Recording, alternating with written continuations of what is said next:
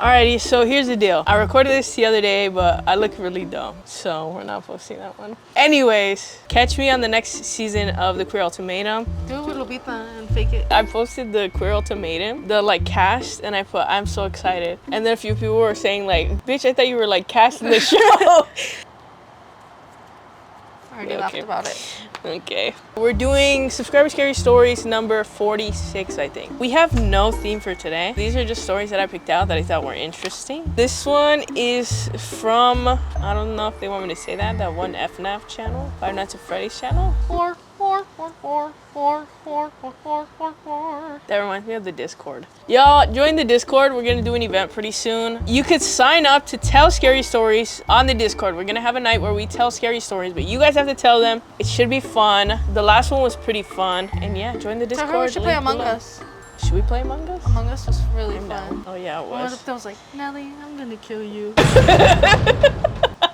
So when I was 12, I remember my dog needed to go outside to pee. I stood up and it was around 12, I'm assuming midnight. I was in the living room playing while my brothers were gaming. Later on, after opening it, she was scratching the door to go back in. So once again, I opened it. I took my right foot out the door and put my left foot out and shook it all about. I was like, what the fuck? Did it really say that? No. I took my right foot out the door. I swear in front of me on the right outside, where it leads to my backyard, a long, skinny, tall thing went across. In my POV, it was so tall that I could see only towards its upper legs. I felt the air brush against me. I screamed and my dog was taking her sweet time to get in, so I just kicked her in gently. So imagine this tall figure. But they're so tall, you can only see their thigh gap right in front of your face. Thigh gap?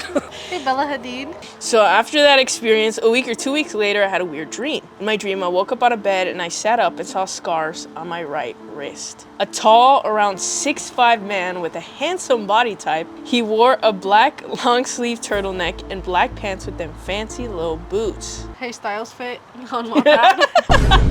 What was weird is that I could never see his face, like as if I was scared to look at his face. Like for some reason in the dream, I thought if I looked at his face, something bad would happen to me. Throughout the dream, he was like a father figure. Yeah, we could tell you got daddy issues. We would play, eat ice cream, and talk. But then randomly the dream would stop and it would restart. But the thing was that every time it would restart, I got a better view of his face. His upper neck was turning pitch black and his voice became from a deep, soft-spoken voice to a distorted, deep voice. And the last time it repeated, I woke up to see a very beautiful face in front of me on the view on my right eye. And then he took my face and he kissed me. And then I laughed cutely.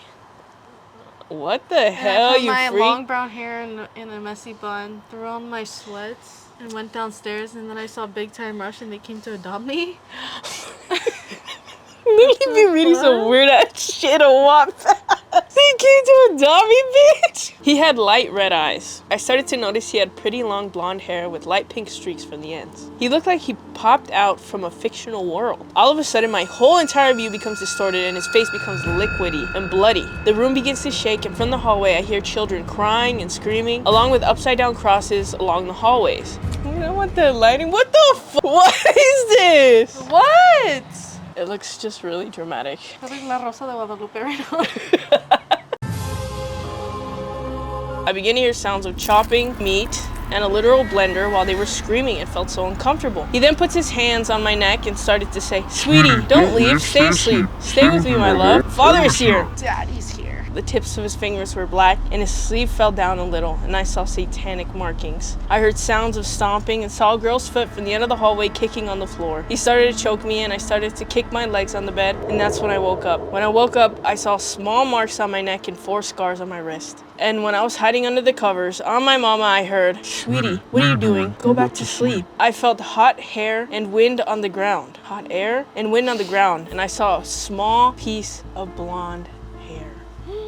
I started to freak out internally. I got scared and put on K-pop. And then they woke up, like, wait, you read this to be funny? It was giving Wattpad. It was giving Fell in Love with the Ghost. It was giving And I'm gay. Sherlock Holmes. Gay. Sherlock Holmes. I'm into I've never. Stockholm syndrome. I told my siblings about this, but forgot to tell them about the disturbing things. I don't know what this is, but I swear sometimes I desire having a dream about him again. Like I said before, he was a father figure to me in the dream. I think this is because I had daddy issues as a child, and I think a D word is manipulating me and making me desire this. I also noticed how he began to look like that thing outside my house. I see it in the corner of my eyes, and sometimes I hear the words, "Good night, sweetie, I want to get rid of it. I'm scared." Sometimes, and I have a video of this, so I had a dream about this, and then I saw the video online, which is weird because I hadn't seen it before. But it was this girl. She was wearing like a dark blue like tank top like color like this. Mm-hmm. And then she had straight hair, and her voice was like deep. And then she just looked straight at me and she goes, "Hey mama, the thing is, I don't say it like that. I don't say it like that. I say it in Spanish. So instead of saying..." Bitch, I thought you were about to fucking say something scary. You dumb bitch. Guys, my mom had a dream that I fell down some stairs and I broke my back. She said that she had a dream that they were trying to get the laundry basket out downstairs, and then for some reason I climbed the laundry basket and threw myself off the balcony, and that I landed and I broke my back and I was doing the Fenty fold. Look at this white Latina next to me. What the hell? You know what? This is just bad. That looks better, I guess. But yeah, and then I was scared. I was really scared because my mom be having psychic dreams. And I was like, what if she just watched that video of that girl? You know, the girl that jumps off the balcony?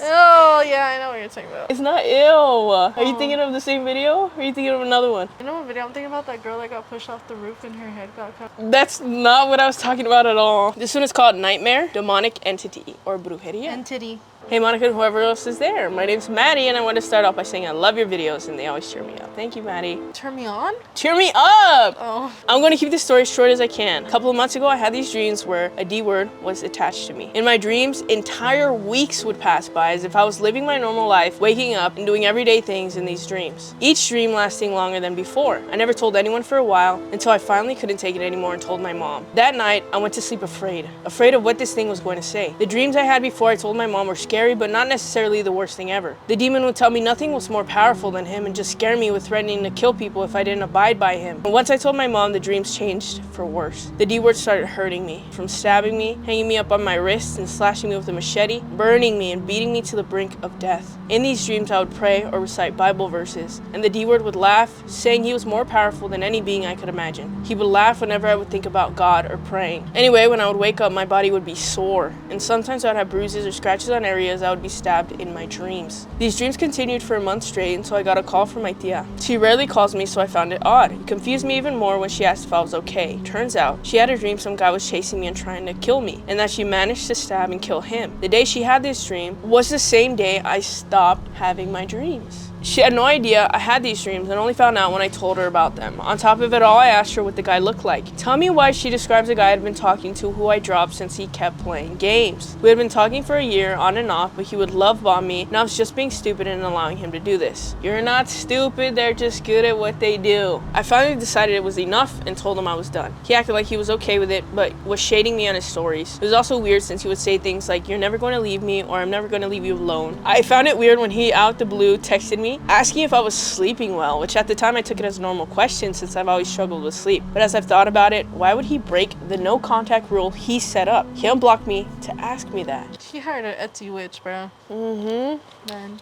they used to go to war. For real. Now they're reselling.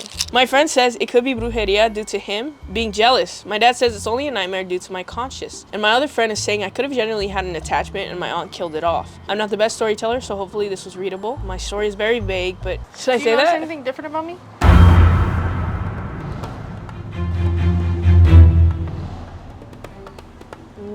Oh my gosh, you're a piercing sticker. Oh my gosh. Which one? No, bitch, I changed my lip piercing. You changed your lip.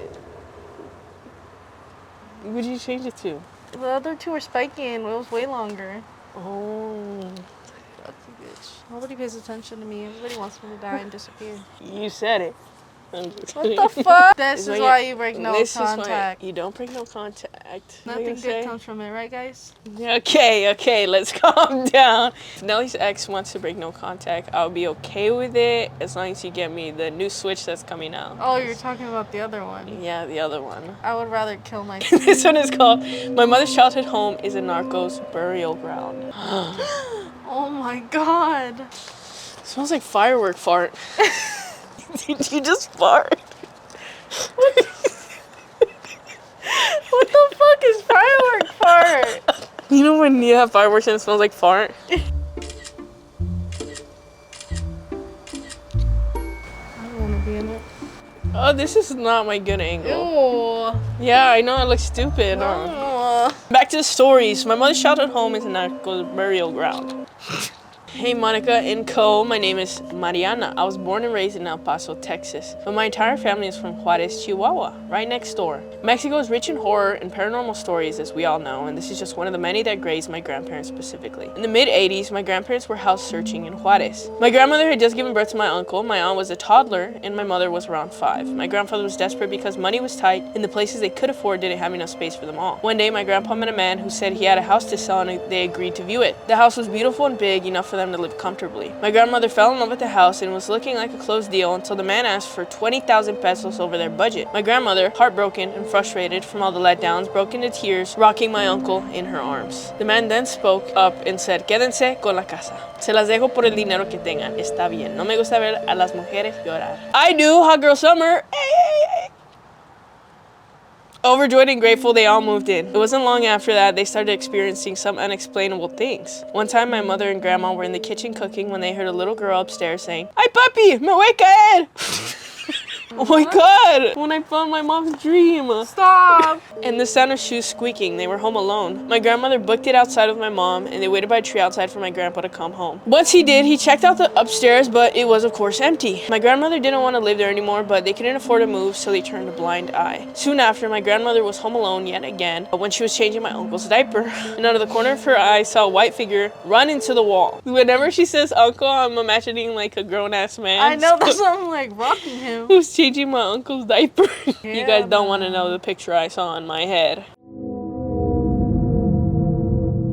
When she turned, there was nothing there, and once again she ran outside with all 3 kids to wait for my grandpa. Once he arrived, she begged him to dig up the backyard. In some parts of Mexico, it is believed that when there's paranormal activity somewhere, it is because there's money buried there. Ahí está el tesoro is a phrase that's frequently said after someone shares a ghost story with you. My grandpa agreed and dug up a small patch of grass and immediately found something. A bone. It was small and resembled a kneecap. My grandpa, a man of logic, decided it wasn't anything and it probably belonged to a dog, so he threw it out to the yard. What if we had money buried here? Can we dig up Caramel's body?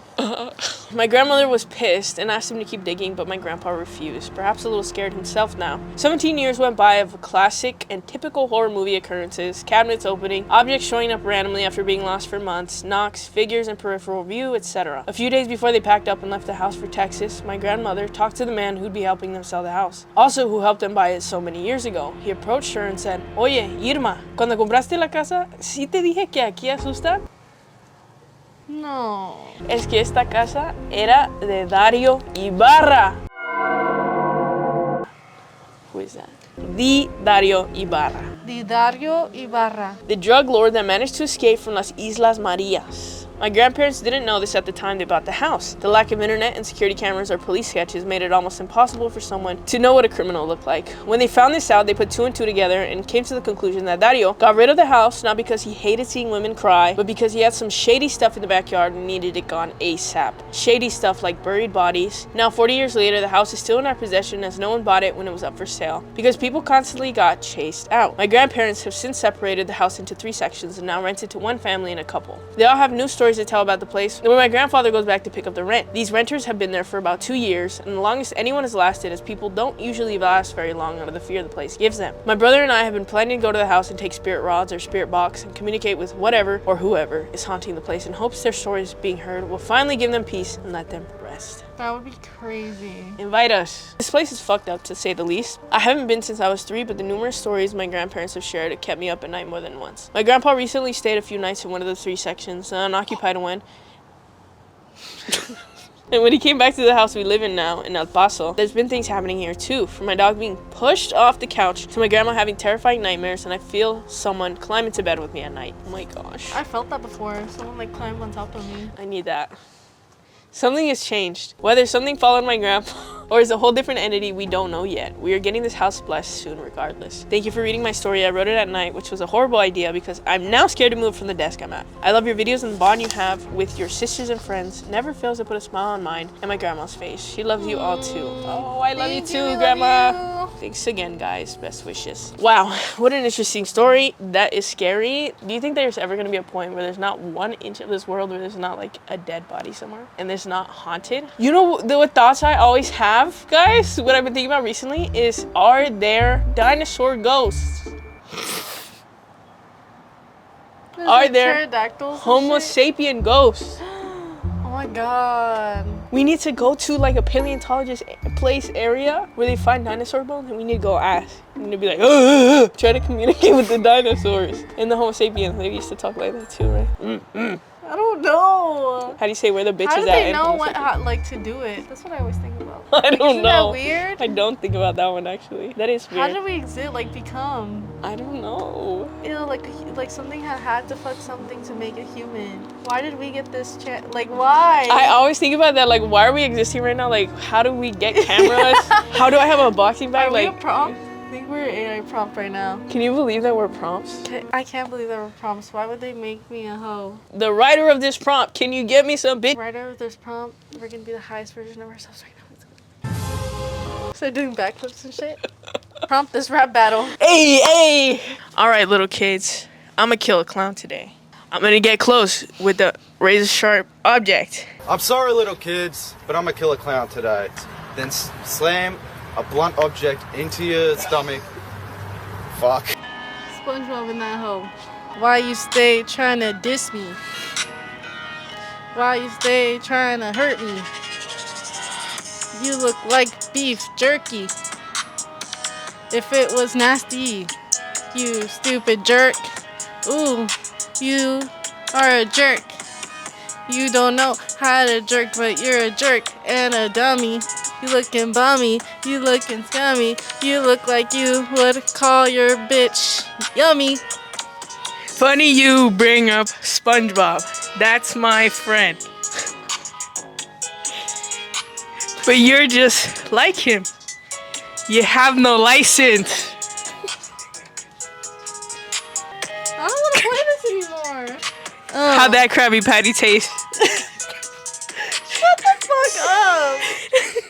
You did not make that up. I swear to God, She I made knew that I up. was gonna pick SpongeBob. No, I didn't. L, take the L. I lost my creativity. It's okay. You'll be like me one day. Short. With a license.